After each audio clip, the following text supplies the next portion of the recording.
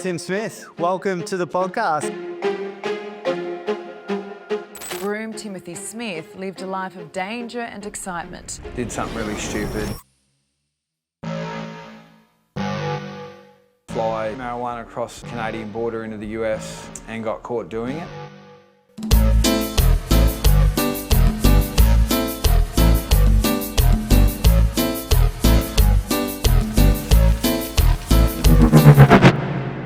What was the scariest moment in Supermax prison that you faced? Your paperwork is your passport. And if somebody goes, hey, pop your paperwork, let's see what you're in here for.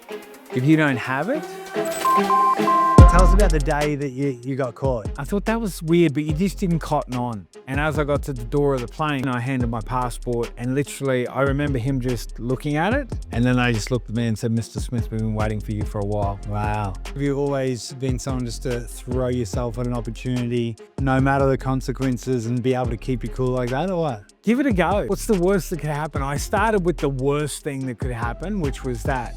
And ever since then, I just use that as fuel. Everybody listening doesn't know who Tim Smith is. He is international drug smuggler, well known from his starring in MAFS Australia. He's a coach. He's also been in the running for a political position in Australia. Tim Smith, welcome to the show. Thanks, Andy. Tim Smith, welcome to the podcast. How are you, my friend? Good, buddy. Mate, I've been wanting to do a deep dive episode with you for a long time, my friend. So I'm glad we finally made it. We have. I've made it to the Gold Coast. One of the most interesting places I've been in quite a while. And that's saying a lot. You've been to a lot of interesting places, that's for sure. But the Gold Coast takes the cake. I like it. I like it. Well, look, if everybody listening doesn't know who Tim Smith is, he is being many things, known as many things. He's been a international drug smuggler. He's been on MAT twice. He's been well known from his starring in MAFS Australia. He's a coach. He's also been in the running for a political position in Australia. I did do that. Really? Is there anything that the man hasn't done? But with all that said, we're going to deep dive into all of it today. Tim Smith, welcome to the show. Thanks, Andy.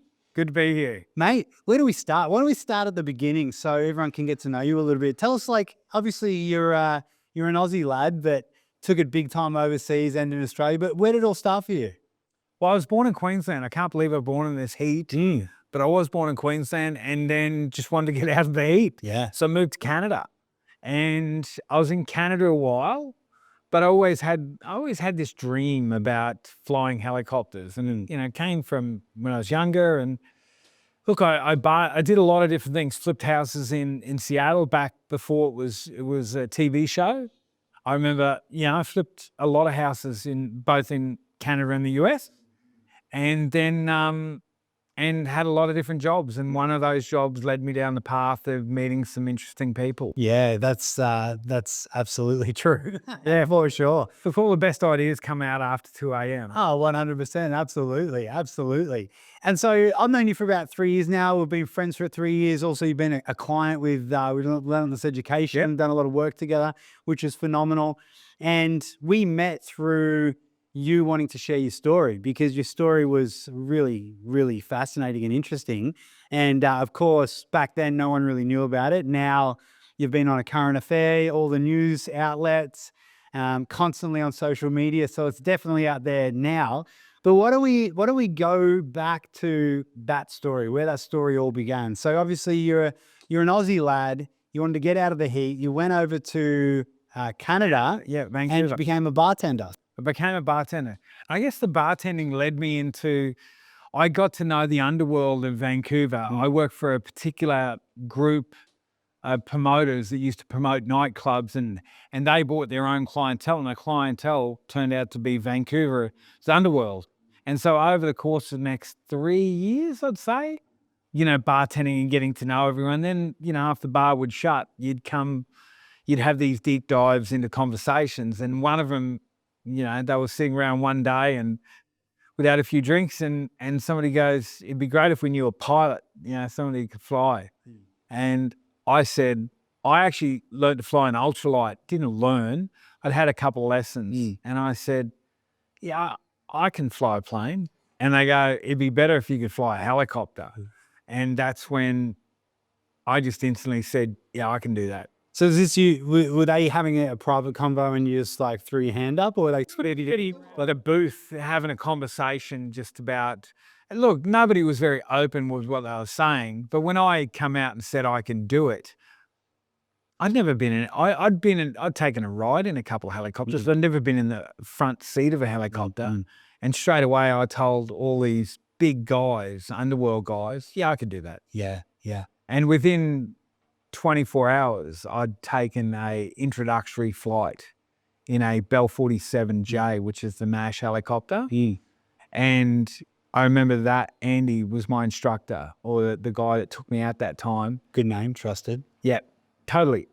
He let me take over the stick, and hand-eye coordination was spot on, and I actually flew it for about half an hour, and just within that time learnt the pedals and what everything did pretty quick. And then he went, "You're really good at this," and so I just relayed his information back to my new friends and said, "I'm a natural." Yeah. And I said, "Well, let's do this." So you did this knowing full well that it was for drug smuggling, right? Yeah. And so fast forward, what are the next steps? I mean, you previously though, you not being in the underworld, you hadn't had any drug smuggling or underworld experience. Yeah. Yeah, I went from nothing to just talking to the high-ranking guys, and the helicopter was bought within the next 4 or 5 weeks. I'd done a couple training lessons, but watched a lot of stuff online about helicopters, and I never flew in that particular one, but it was always my dream helicopter on my wall to fly a 206 Jet Ranger. So my school had one, and I just remember going in there one day and I said, "Look, is there any chance of me getting a lesson or two on that Jet Ranger?" And they, no problems at all, but it was $1,000 an hour. And by the time I picked up our helicopter, I was mostly sitting at about 6 or 8 hours of turbine time, which is absolutely nothing. I mean, I still hadn't started one on my own. Yeah, wow. Yeah. Or I'd never gone solo. And now, if you understand anything about aircraft, the day that you go solo is it's almost like graduation day when you're going for your degree. You walk across the stage, everyone throws the caps in the air.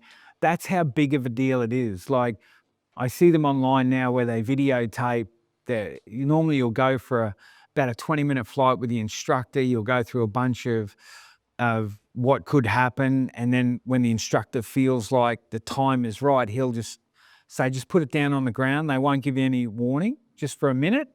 And then the instructor feels that you're ready. Then he'll go, take it from here. And you'll only fly for about 20 minutes because you've got so much information overload that's all the body can handle. I didn't get that. Yeah. Like, the first time I took it up, I had an hour and a half flight to do. I had to navigate, which I'd never navigated from. And I had to find an airport, which I had no clue how to do, and not run into any jets from YVR, which is Vancouver's International Airport. I sort of knew roughly where 30 miles was and had to scoot around that and then I was just eyeballing everything. Yeah. What's going through your mind? Never had a proper flight. This flight, not only the pressure of surviving, actually flying an aircraft, but it was full of drugs. You're avoiding authorities and everything in between, navigating. Can you remember what that actually felt like? Well, the first day I flew solo, I flew it down to this airport in Chilliwack. So there was nothing on board, but I parked out in the middle of the field, and then the next day was going to be the first day of actually flying it. So I got there really early in the morning, and I didn't exactly know where we were going. I didn't understand the GPS system on board. So me and a friend had just picked up a fishing GPS, and I just asked the American people to just line up give me the coordinates.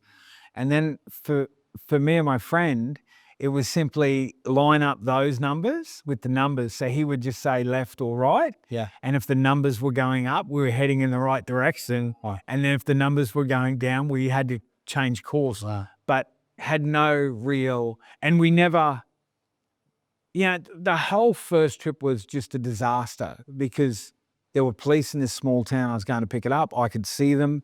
The van had run late. And when I flew in behind the van into a quarry, I parked the helicopter the wrong way. I've got the road to the back of me. Right. So I'm trying to see if those police are coming. It's just, you were shaking, got this stuff on board, and then we never spoke for the whole way down. Yeah.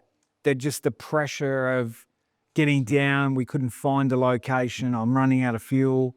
Had to park on top of a mountain and just get my bearings again and get my nerve and then pick back up and just keep going. And how'd you feel when you finally got home after the first trip? Yeah. It's like a high you've never been on. Yeah, yeah. And we got the money that day, but it was, I don't know, it was a sense of accomplishment, but it was an accomplishment that I wanted to, not that I wanted to deliver, you know, that sort of stuff, but just the fact that very few people can actually do it. We all sat there on the back of the plane, you know, and you think, yeah, if both pilots became, you know, unrendered, I could put this thing down on the ground. Yeah. But could you do it? You know, we've watched all those movies, whether it was Scarface, Blow, and from a boy's point of view, I used to sit around with the mates going, oh, we could do that. Yeah. But it takes a little more than just saying we could do it. Oh, totally. It's controlling those nerves. Have you always been like that? Have you always been someone just to throw yourself at an opportunity, no matter the consequences, and be able to keep you cool like that, or what? Now, since I got out of school, I'll give anything a go. There's no question. Which I think you've definitely proven that over the last few years, for sure. Give it a go. What's the worst that could happen? I started with the worst thing that could happen, which was that.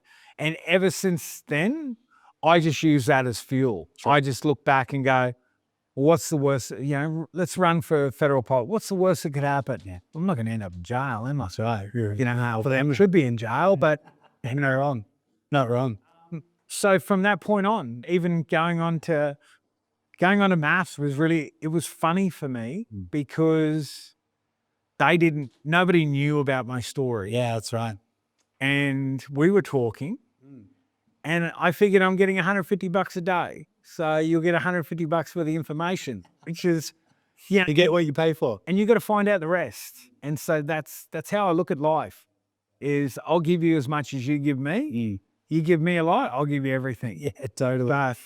Yeah. So what's one of the craziest stories from when you were successfully flying and working with these guys? Because you'd done a fair few runs. So I've done almost 30 or 40 runs, between 30 and 40 runs. I mean, each one was so unique because and if I look back now, how dumb or ballsy I was, that my looking at the weather, today we have phones that we can look at what weather is 100 miles away. I would just crack the door on the hangar, and if I could see the mountain, which is about 5 miles away, if I could make out a tree on that, we're good to go. Yeah. Thinking back, but what's beyond the map? Because I'm going 60 miles beyond that. Yeah. And it's how stupid. So one time we took off, went picked up, and then we're flying down, and I went through a valley and I could see a cloud above me and a cloud below me, but I could see about 5 miles in front of me. I thought we're good to go. It's going to be tight. And because you suffer a thing called vertigo, you can't look down, you can't look up. So you've got no indication of space. And as I start flying through there, I realize the clouds are closing up, like the gap's getting smaller and smaller. And I don't know how to fly through a cloud, and there's mountains everywhere, and I'm in a valley. So, and I'm traveling at 120 miles an hour, which is about 210 kilometers. And you don't realize you're doing 2 miles a minute. You've mostly got a mountain next to you about 600 meters away and another one there about the same. So if this cloud comes in, I'm buggered. So I made the decision halfway down and I said to my guy, we got to get out of here. This thing's going to close up on us. So to do a complete neat turn and not hit the mountain either side, I had to make a decision because I couldn't see them. Yeah. How tight of a turn I could do and not pitch up or pitch down and look behind and look, I did the turn, but those blades were bent. Wow. So you hit the site. No, they were just the amount of G-force that I pulled back. Yeah. Pull back. It was almost like a Top Gun thing. Right. You pull back, push down, and then you just got to stay completely level and do the hardest turn you can. And you can hear the helicopter just straining, making this turn. And my friend's just going, "What are you doing?" So we've got to get out of here. And then as I made the turn, I went, well, I didn't hit a mountain. Yeah. And booted it out of there. But then I'm on board. Like, I'm not going to drop this stuff back off. So then I flew directly over customs and looked down. And I didn't know how to navigate, but I knew roads. So I flew over customs in Abbotsford, picked the I-5, which is the main highway from Canada to Mexico. Yeah. And I just followed the I-5 down till I got to this exit where I knew I had to turn off. No way. I hung a left. And on that trip, there was a sheriff helicopter just come screaming across the front of me. And I'm like, what the hell is he doing? But he had done radio. I wasn't doing any radio calls. So I wasn't letting people know I was in the area. Yeah. And I could have run into him quite easily. Wow. And end up finding my drop and made it back. Gee. It was a lot of intense flying. And Out of close calls in every regard. Totally. I've landed in Canadian bombing ranges, didn't know I was there. So I had it all. The man with 9 lives. Yeah. Wow. And so, I mean, I'm sure we could probably spend a couple of hours going through every detail of this, but how did it, tell us about the day that you got caught. Tell us about that trip, that morning, and then how it all went down. Yeah, it was a Qantas flight. I was coming back from Australia and the plane had broken down. I was on the plane for many hours, then finally got going and we're flying into LA. I just remember it was a very strange call that the pilot made because there's been a lot of planes. So could everyone have their passport ready upon leaving the aircraft? I thought that was weird, but you just didn't cotton on. And as I got to the door of the plane, because I was supposed to stay in LA a day or two, and as I got to the door of the plane, I handed my passport and literally I remember him just looking at it, handing it and said, "It's him." Wow. And then those two guys stood aside and then I seen all the blue jackets. Yeah. And I didn't understand what ICE meant. I mean, everyone today understands what ICE. Yeah. ICE is Immigration and Customs Enforcement. We deal with anything to do with the borders. And then they just looked at me and said, "Mr. Smith, we've been waiting for you for a while." Wow. So I knew from that point my life was going to change. Wow. So you didn't get done landing the helicopter or anything like that.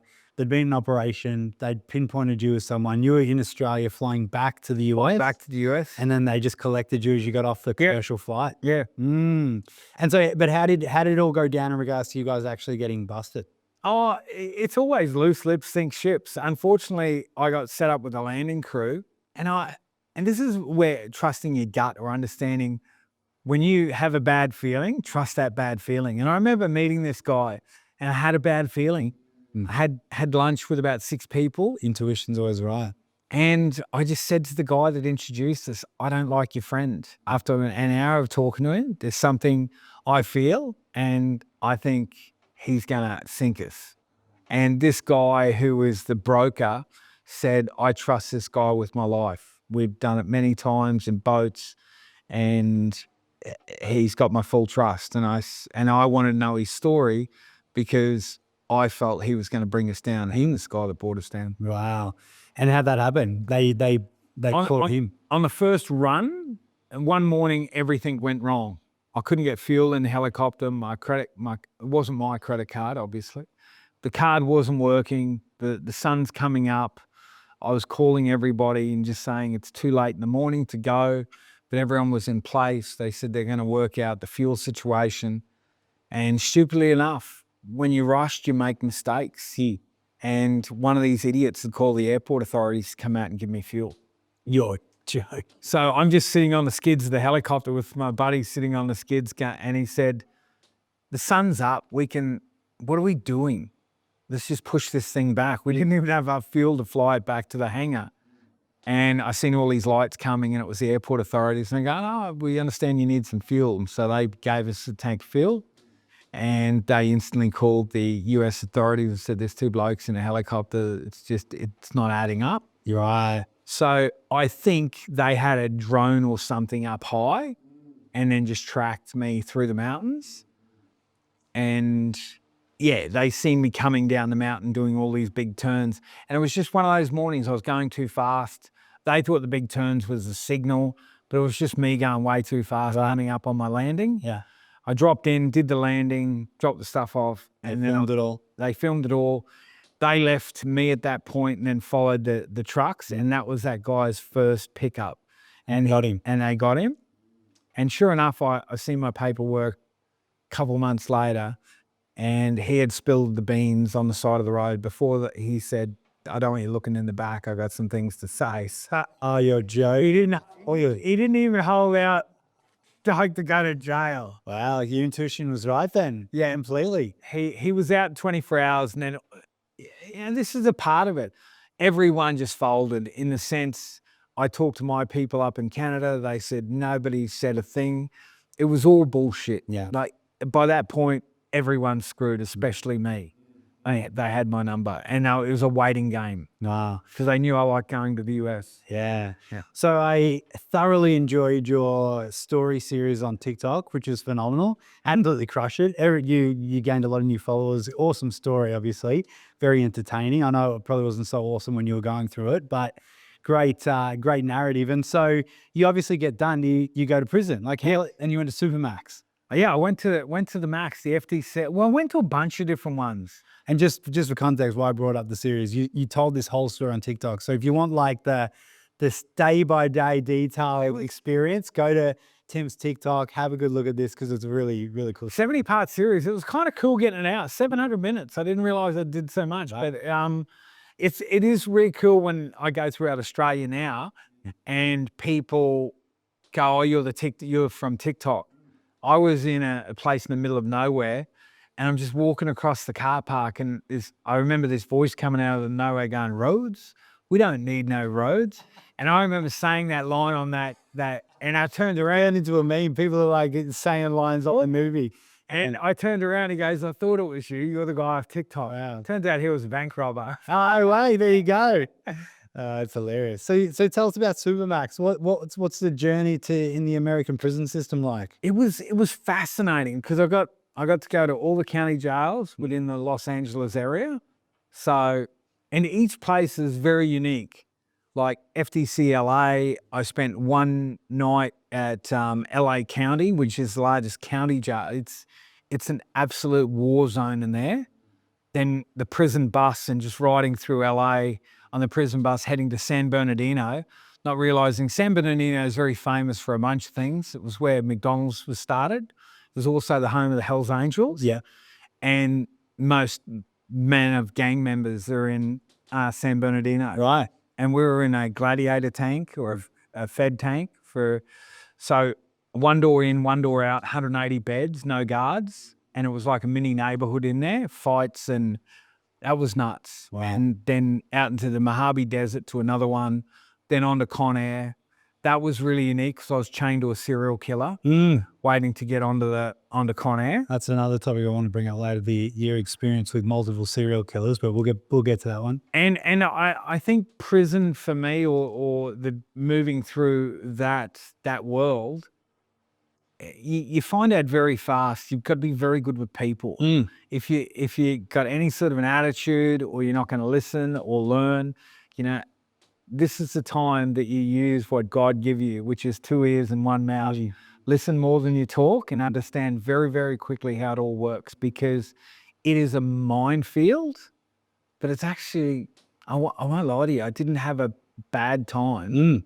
But it was at certain points, you're wondering whether you're going to get out of this thing alive. Yeah, and why do you think I'm not sure you can cruise through Supermax prison, but comparatively to some people that I'm sure had some intense times, like why do you feel like you fared so well compared to a lot of other individuals? The shit thing is, it comes down to your crime as well. When they see that you're a pilot or you're a smuggler, straight away the job offers start coming in. Oh, yeah? It's just like, you need to meet my cousin Jose, Oh, well, they're trying to network you into something for you. Trying to woo you Yeah. when you get out. And it's like, you'll need to run the southern border, Oh, wow. There you go. And so the job offers came in everywhere when they see your paperwork that you're a smuggler. And it's being Australian cut me a few breaks, and I've always been good with people, so understanding who to talk to, who not to talk to, and not showing any weakness like that you're scared. Yeah. So being an Aussie worked in your favor. Helped immensely. Oh, yeah? Yeah. Like, tell me about that. Why? They just cut you. They want to know about Australia. They cut you a lot more slack being Australian. That you might have went down the wrong way on the beds, and you went through the Mexican neighborhood, or you went through the black neighborhood, and they go, "Hey, your boy just walked through our area." That's how territorial it is, and they just go, "Oh, we'll talk to him. He's Aussie," and they're like, "Oh, that's cool." So, but if you were an American and you walk through their neighborhoods, yeah, you're gonna find out. Yeah, that's crazy. And so obviously you had an array of experiences. What was maybe the scariest moment in the Supermax prison that you faced? The fights were pretty intense. Not that the fights when people had to be dealt with. There is a structure, and it is true that certain crimes are not tolerated within that. For sure. And if your paperwork is your passport through jail, and they want to see your paperwork, and they want to see what you're in for. Do you carry your paperwork with you? Yeah, it's a manila folder. It's one of the only things you're allowed to carry. And if somebody goes, "Hey, pop your paperwork and let's see what you're in here for," if you don't have it, yeah, that's not a good. Because they're going to assume you're a sex offender or something like that. Offenders are just the worst. And so, those fights can get pretty intense and disrespect, but it got intense in there in certain parts. Yeah. Wow. Incredible. But you survived. The Aussie shone through. Look, and I survived and thrived. Now I had a lot of really good mates in there. We used to do cook-ups, prison cook-ups. Yeah. We'd make stuff out of nothing. Sauce man. I made my own sauce. Grilled cheese were made on an iron. Yeah. Certain people used to get pissed off because you're ironing a cheese sandwich. Yeah. But I was doing it with the head of one of the biggest prison gangs in America. Right. So I said, I think what I can make is grilled cheese sandwiches if I can use the iron. He goes, "You can fucking use the iron." Mate. So, okay, grilled cheese sandwiches. There you go. And so how long were you in Supermax for? I ended up being there about a year and a half. Yeah. Yeah. A year and a half I spent in Seattle. I did Seattle, I did New Mexico, Oklahoma, and around Los Angeles, but all making my way up there. And Oklahoma is kind of very unique because as you pull into Conair, their facility is actually at the airport. So I remember us flying a WestJet flight, Southwest, and the terminal pulls off to the left, we pull off to the right, and the plane actually pulls up to the prison. So when the gate comes out, chains, you just walk straight in and you're there. Yeah. I never went outside for a year and a half till I got to immigration. Wow. I never actually touched grass, seen the air, because even getting transported, apart from when I was in the Mojave Desert, getting transported, the van would pull up into the building itself. You'd be all handcuffed, shackled, locked up in the van, and there's no great view from the van. I mean, they used to have these little peepholes that you could see, but and by the time you pulled out, you're just locked up and just on your way to court. And then when you pull into court, you actually pull underneath the courthouse. Yeah, wow, crazy.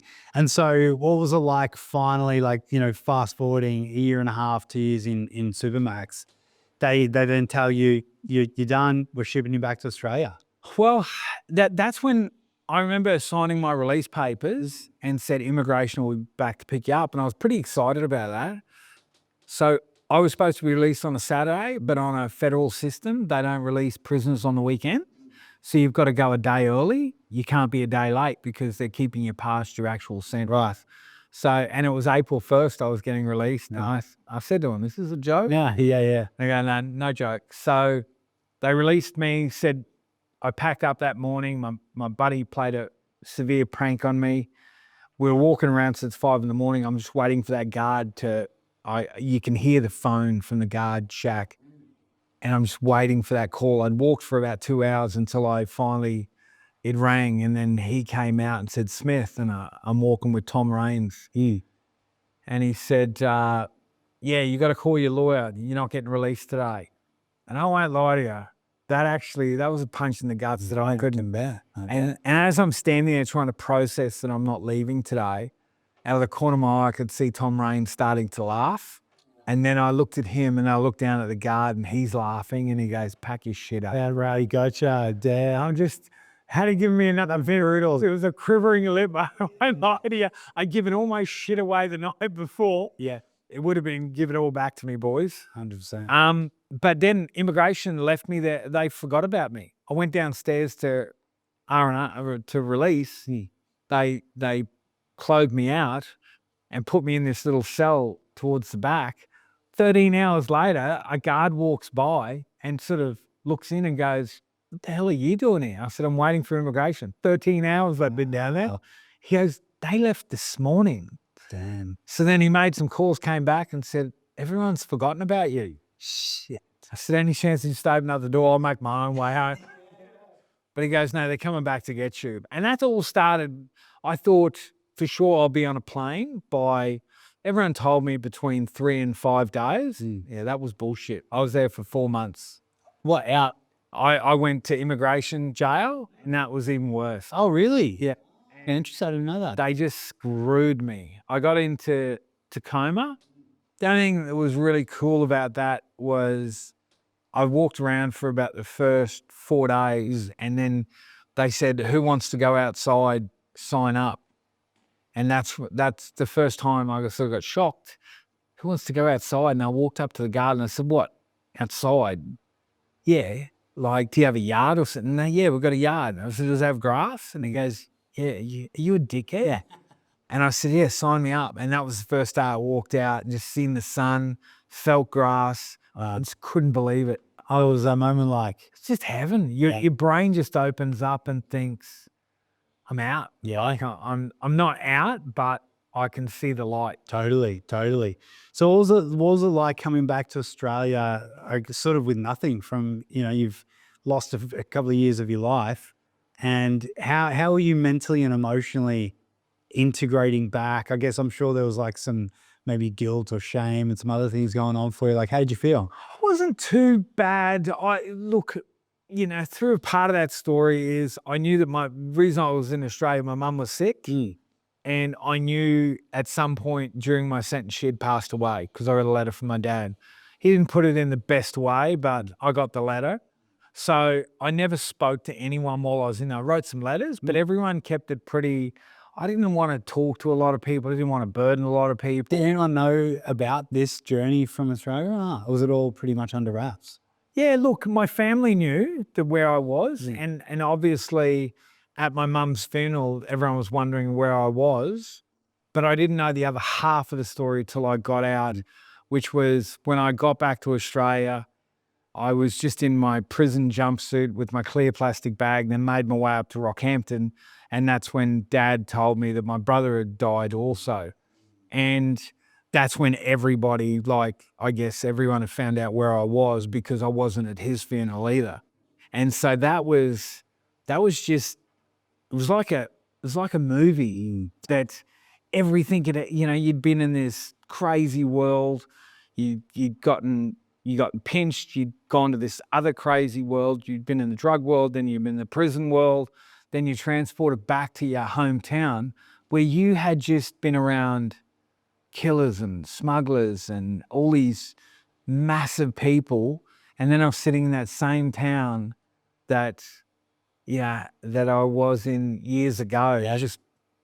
It was like an out of body experience. I was like, what the fuck just happened? Yeah. Was it all true? But I was still looking.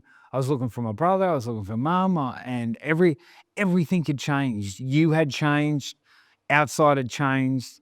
And it was tough to get used to. And all I wanted to do was, Australia at that point wasn't my home. I just wanted to get back to my home. So I spent about 4 weeks here and then said to Dad, I'm going to run the border again. Not run the border, but I'm going to go back to Canada. And I didn't know whether I could get back into Canada, but I'm going to give it a go. So I just jumped on a plane and I never slept for that 12 hours back to Vancouver because I thought, what are they going to ask me when I get there? Yeah. And I had no clue. I just got off the plane. I sort of stood there for a minute with my bags and went, customs is right there. Yeah, people get nervous going through customs at the best time. Yeah. Put yourself in my situation. But Totally. I just walked up there, gave my passport, said, here we go. And they said, why were you in Australia? I said, yeah, my brother and mother had passed away. And they just looked at it and went, welcome home. And you back in. went back in. I just walked outside and it was like another, each one of these transformations is like walking, a door just slid open and I just walked through it. Wow. And then it would slide closed and I'm like, oh, I'm here now. Yeah. And then you just keep walking and it's like, okay, do I walk through this next door? Fuck it, let's do it. So what did you do in Canada when you got back there after prison time? Called up my old boss and asked him if I could get a job back in construction. And I started back in construction and started just rebuilding. Yeah. I made a deal with a partner that I was going to go after the guys that put me there. Yeah. That was my number one goal, to make everyone pay because nobody else went to jail. Oh, really? Just me and that American guy. I didn't know that. Anyone in Canada, they all ran. And Did you ever meet them again?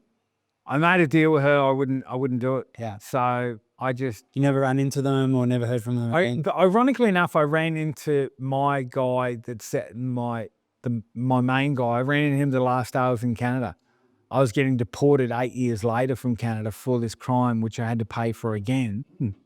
And I was just sitting at this soup shop over in North Vancouver, and this guy who had set me up walked past.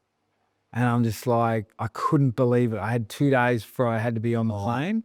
And I was with my girlfriend at the time and stopped what I was eating and said, stay here.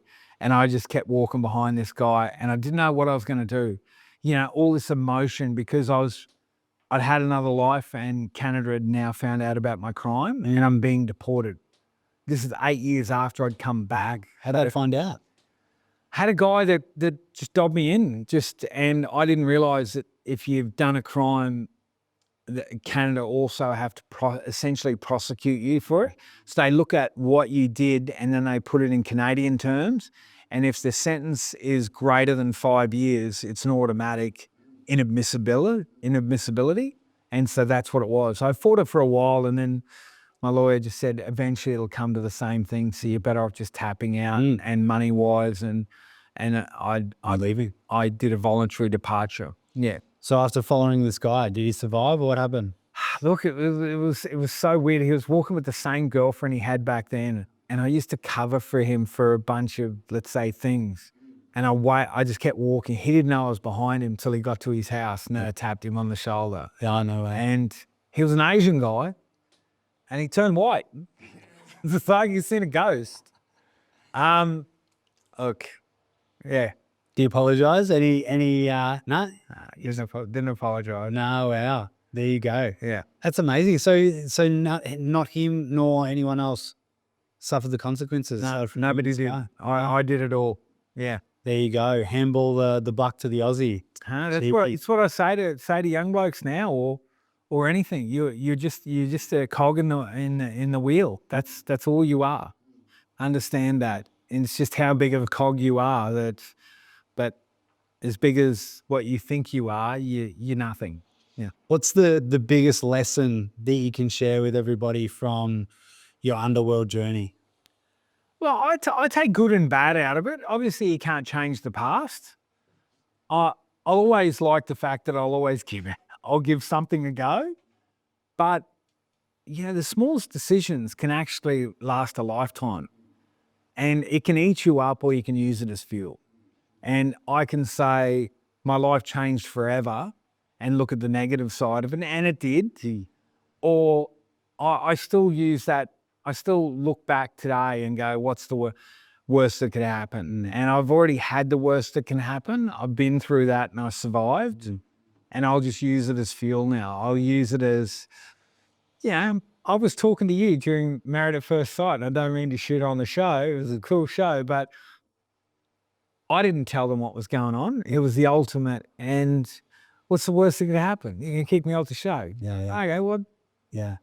makes no difference to me. I've been through work. You got to shoot your shot, as they say. Take your shot. Walk through the door. Step through. Well, we'll get to MAFS in a moment. I want to take a quick detour and just talk about your experience with mass murderers, because not only have you mixed with them in prison and sat next to a few of them, but a story that was just out in the media, because I saw that article and I sent it to you on Facebook. I said, "Is this the guy?" And you're like, "Yeah, shit, it is." So you worked for a mass murderer in Canada, right? I worked for Willie Picton. Tell us about that. I just got to Canada and I had a job in construction running excavators, and it was in Port Moody, and we were subdividing this piece of land, and my boss said, "Oh, we're using this pig farmer's land. If he needs anything done, just help him out, like drive the backhoe or the excavator." So I used to go over to Willie and say, "Hey, is there anything you need? You need a hole dug or you need stuff?" So I used to move dirt around, dig a hole, not dig a hole, talk to him a bit. It's a little bit of a weirdo, but it was all right. And then a couple of years later, it turns out he'd been arrested for 13 murders, but they suspected him killing over 50. Wow. And that pig farm was ground zero. So he used the pigs to clean up the mess, so to speak. Yeah, buried a lot of them, and he was Canada's largest serial killer. And I remember talking to him each day. Wow. And it's crazy to think. I did have a word to the police saying I've dug some pretty big holes on that stuff, thinking, I don't know, I thought he was just burying dead animals or something, and So you literally dug the holes that who knows? They dug through that farm for about 3 years, sifting out. It was the most expensive investigation in Canadian history. I think it was $300 million.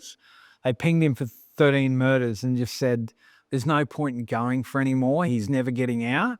But he's suspected of doing it over 50. Wow. Yeah. Did you, like, meeting someone who's clearly a psychopath in a legitimate sense, did your intuition or anything kick in at that stage? Like, could you read into any of that, or is it just a normal bloke? Any serial killer, him or the guy in Alabama, the guy I was chained to on the plane, anytime you meet somebody that is that psychopathic, they are normally super quiet.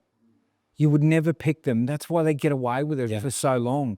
They're not one of these outgoing, boisterous people. They're quiet. They've got a certain scariness to them just because they could do anything, and you wouldn't know it. Yeah. Wow.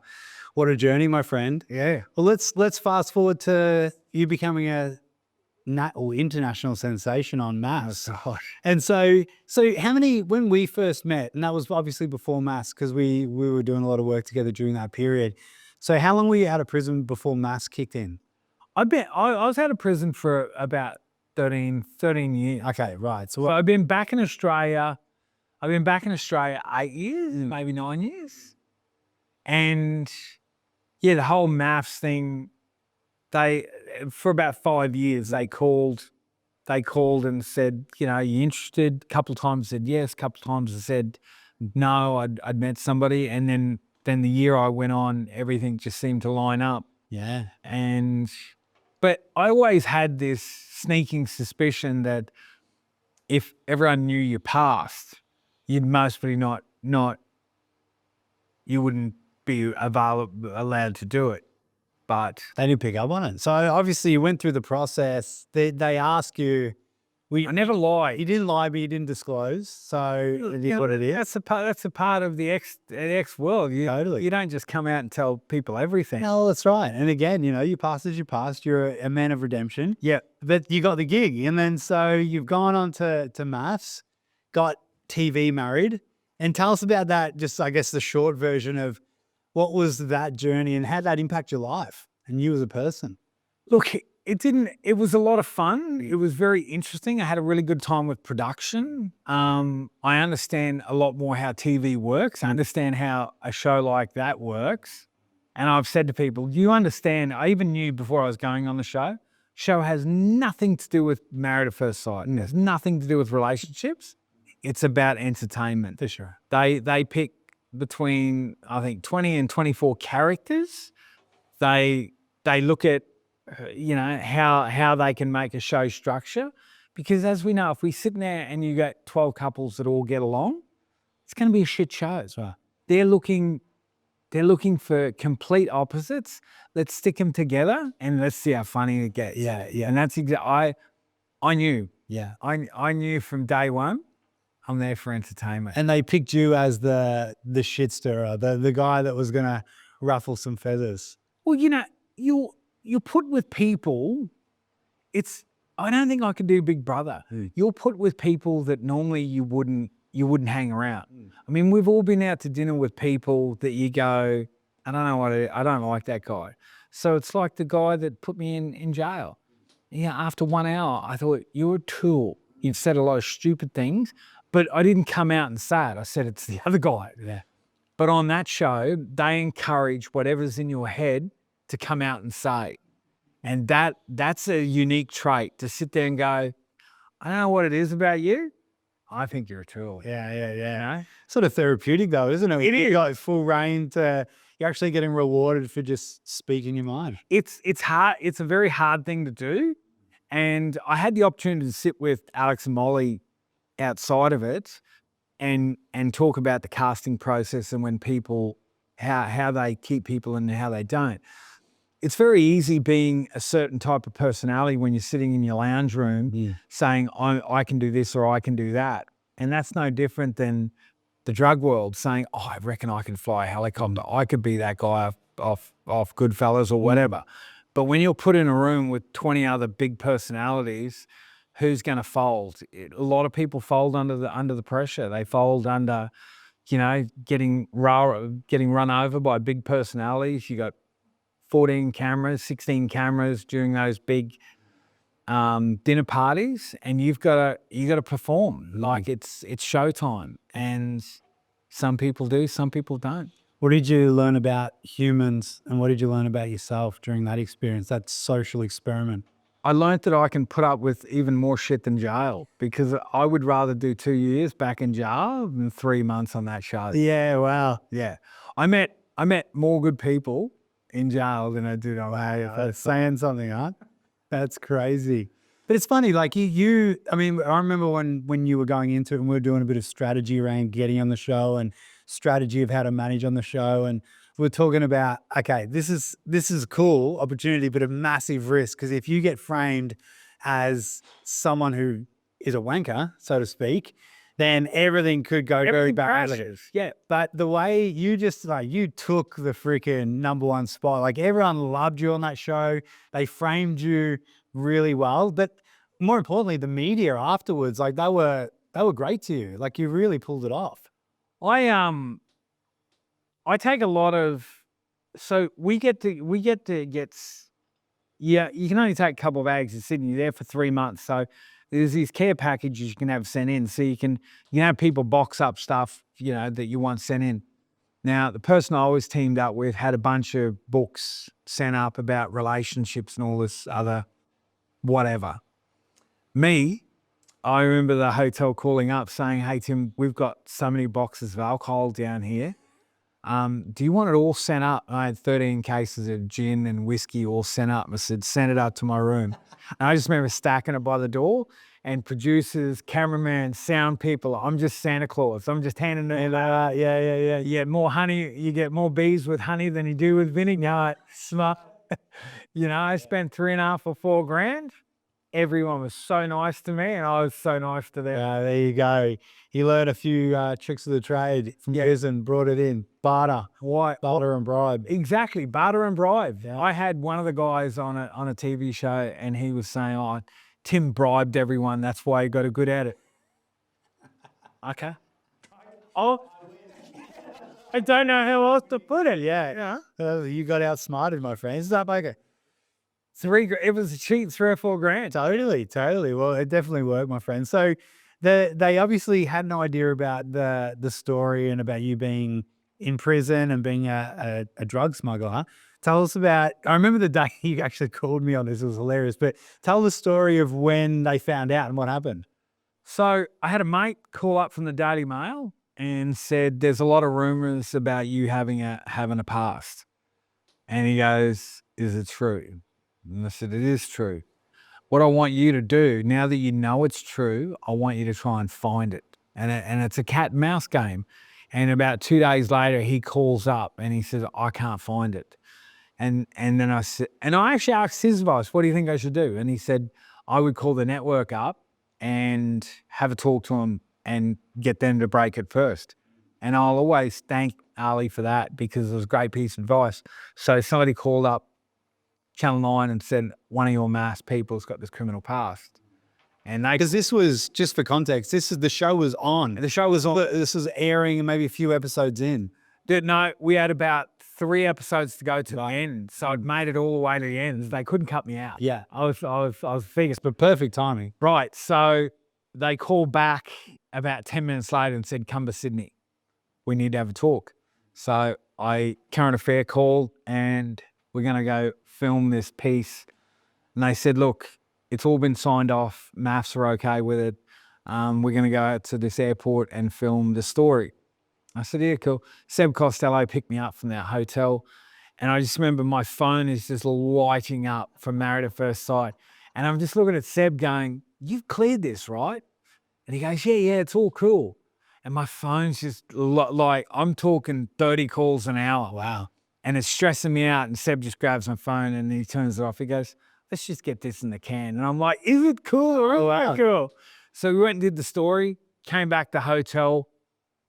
And then I turned my phone on and it was the head producer to Married at First Sight. And I knew I had to answer some questions and the PR. Did they approve it or not? Well, she just got on the phone and said, is it true? That's all she said. Is it true? And I said, it is. And they go, holy shit. And I said, they said, do you want the story out there? And I said, yeah, I'm cool with it. Like, I'm not going to run from it. Mm. And they were okay. They just said, look, clearly you've found some holes in our vetting that we may have to close up. Yeah.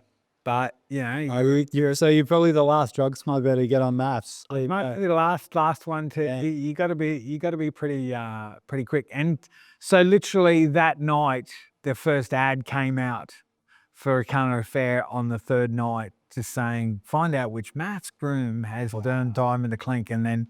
Yeah. But they would have loved that. Like, it was all just extra media. Oh, totally. After MAFS was the last night that it filmed, the next night was a current affair, and it was another. You don't know how they're going to cut it up. Totally, yeah. TV is such a big gamble because once you sign with your image and your voice and who you are, it's up to them how they portray you. Yeah. They could have really portrayed it badly, or they can tell a story. And it does come back to how you come off. If you come off as arrogant and uncaring and, fuck you guys, then that's how the story will get told. So I firmly believe it doesn't matter whether it's reality TV or something like that, we all get portrayed what we put out. Exactly right. Yeah, I came out of it all right. You pulled it off. There you go. Yeah. And so from that, obviously your social media blew up. You've had a lot of cool experiences and opportunities. And then to fast track the story, you jumped into politics. You threw your hat in the ring and tried to make a run of politics. Tell us about that experience. Look, I've always wanted to get into politics. Like, I always thought I'd love to give it a go. And so it just ironically enough that the federal election was coming up, I ran into a guy and he said, I think you'd be good at it. And bang, having criminal past didn't exempt me from being a politician. Which qualified you. Yeah, I would say that would most probably qualify me. And so we started. Look, the numbers weren't great, but it gave me I try and learn from everything I do. And the numbers gave me a great insight into how Australian politics works. I definitely have my views on it now, that your vote means fucking nothing.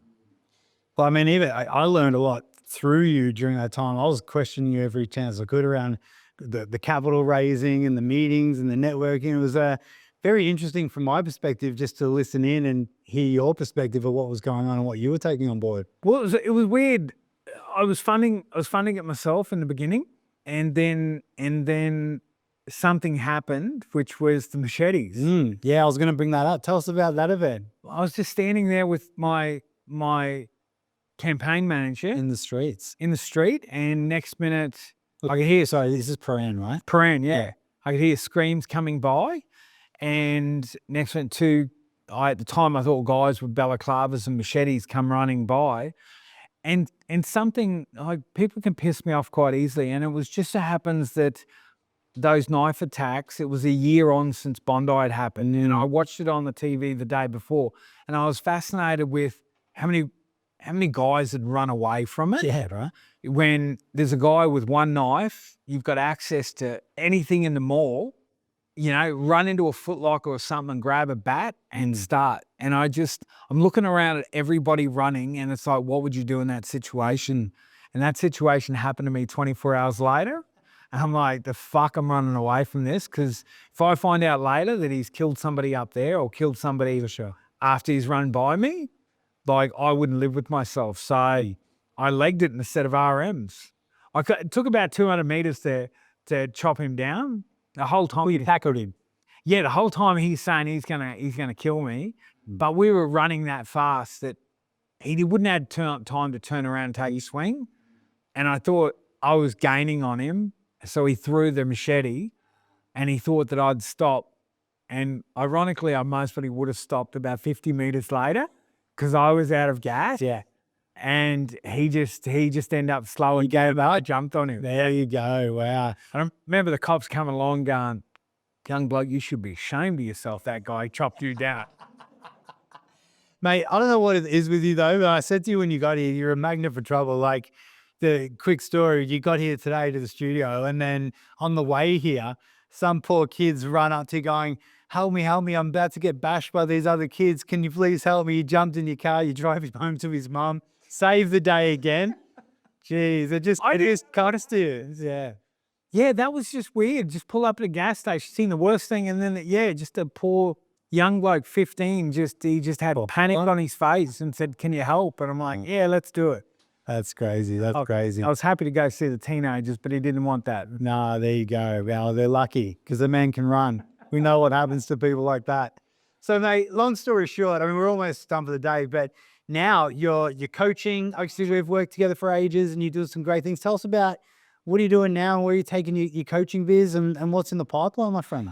Look, everyone needs somebody. I have somebody, and I think when it comes down to friends and family, if I look at everybody's advice when it comes down to friends and family, they're the first people to shoot down your dreams, your ambitions, they'll give you 50 reasons why not to do something.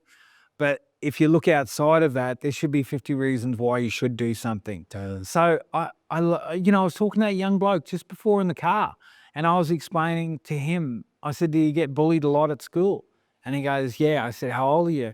And I got bullied when I was 15. And I just talked to him. I said, "Look, it will end. Like this small part of your life is gonna end. You can go on to be great things, helicopter pilots and so forth." Leave the other half of that story. But it's just it's taking those lessons or inspiring others to just be the best they can be. Yeah. Like I said, each one of those doors, for good or for bad, most people won't take a step through that door because they'll find every reason not to take a step through that door. When what's the worst that could happen? For sure. What's the worst that could happen when trying? And I love seeing people meet their full potential. Well, you're good at it, mate, and there's going to be a lot of lucky individuals. I mean, you've already helped so many people, not only in your coaching, but in every other aspect of what you do. And we've obviously got some exciting plans for your business over the next coming weeks, months, and 2026. So future's looking bright, my friend. Awesome. I love it, Tim. Well, mate, if you Again, anyone listening, if you haven't checked out Tim's socials, you haven't checked out his story, you haven't checked out MAFS or a current affairs series on his drug escapades, go check that out. You've got a very colorful life. I'm looking forward to the movie. I should play you in your movie. Hey, what do you reckon? Because I've got a few tattoos. Too old to play myself now. Yeah, there we go. There's an idea. And at the time, I was going out with a South America. I've got so much in common. I've got 2 spots covered. Mate, well, I'm in. But my price is hefty. We'll talk about that later. I'm willing to negotiate a little bit for you, of course, mates rates. But mate, looking forward to working with you in the future. And again, your story is phenomenal. If you love Tim's story, go check out his TikTok. Check out all the stuff that he's doing because there's a lot of great things happening. Tim Smith, thanks for joining me. Thanks, Andy. Appreciate it.